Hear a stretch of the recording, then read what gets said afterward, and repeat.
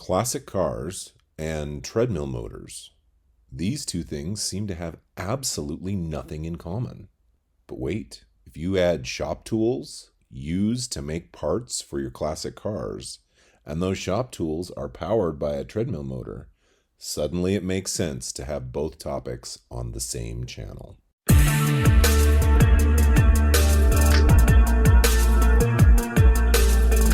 Greetings, fellow DIYer, and welcome to my video. I started Days Cars as an informational website back around 2004. I was doing tech articles on the projects that I was working on, and I wasn't actually selling anything. As I posted up the creations, or shall I say crazy endeavors that I was doing, people would say to me, "Hey, can you make me that?" Or, "Would you help me with that?" And it evolved into a business. For years and years, I still continue to put up free tech articles on my website so that people could make the stuff themselves. But if they didn't have the time, skills, or tools, they could buy it from me. As the years went by, I noticed that there was less traffic on my website. And the reason for that is people are more interested in watching a video than reading a well put together article with pictures. So that required me to pivot to YouTube. Because of that pivot, we are here, and I have now put together over 100 videos. I wanted to answer a common question. Why do I only see your hands in the video? Why are you never actually in the video? The simple answer is this. There are a lot of good YouTube channels out there with a lot of good YouTube creators, and those YouTube creators choose to be in their videos, and I have no problem with that.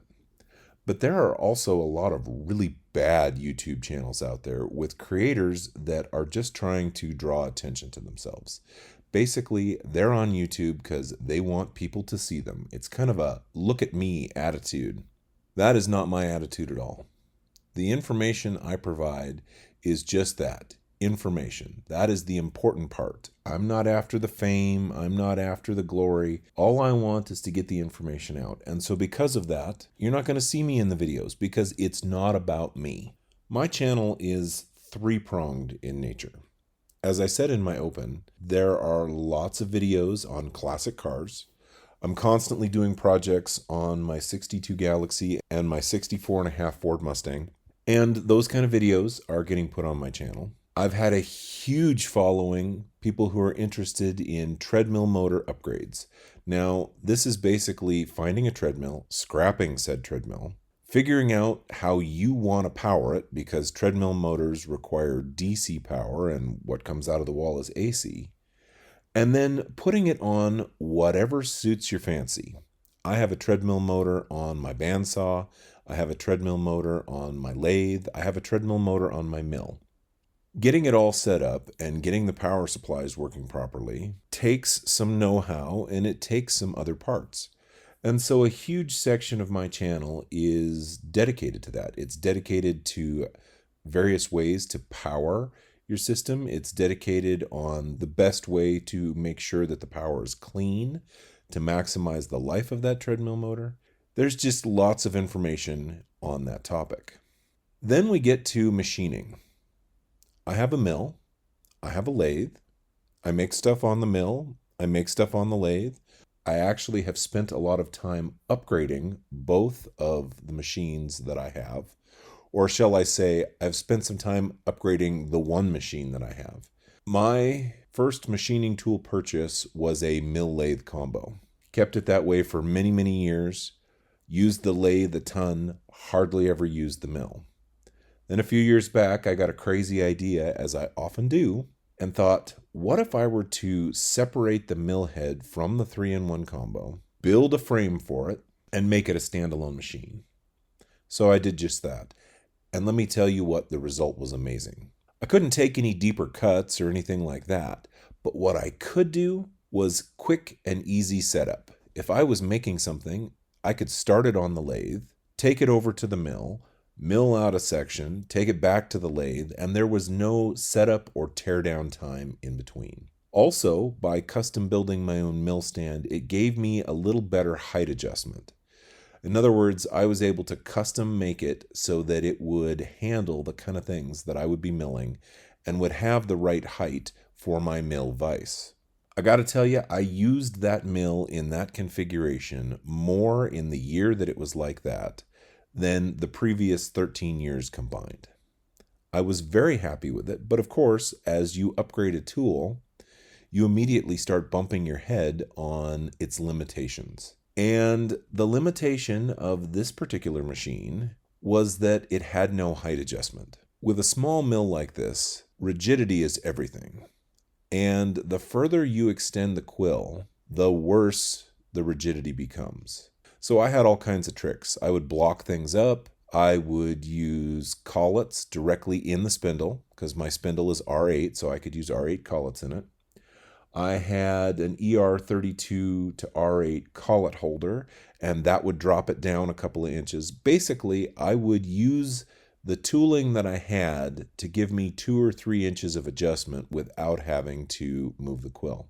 And that worked pretty good. But I still found that there were a lot of limitations and that I was still extending the quill 2.5 inches, even down to the 3-inch max.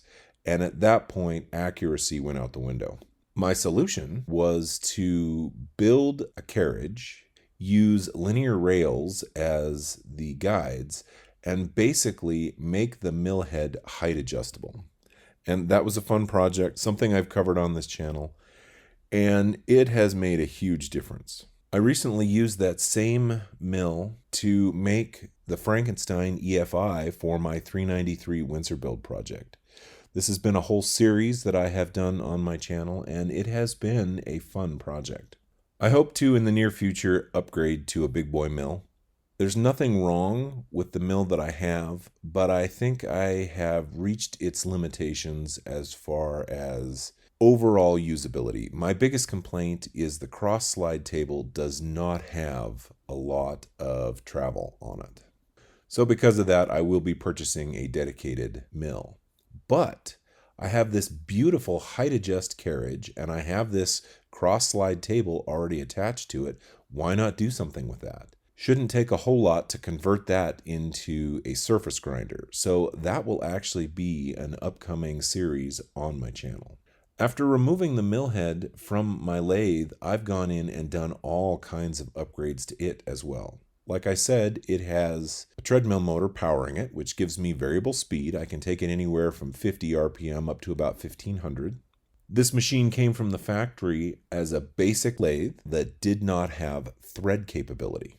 I was able to install a Clow 42 ELS, so now I can thread with this machine.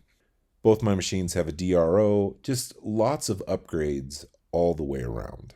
And that's allowed me to use these tools on my car projects. So we have come full circle. We've come back around to the classic car part of this. I've always loved classic cars. I've been working on mine off and on for the last 20 years.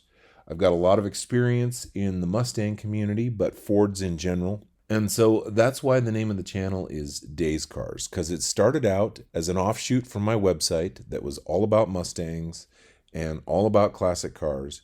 And then we have added the machining and DIY project part of it. And now, because of those DIY projects and the machining part of it, we also have the vast library on treadmill parts and how to use them.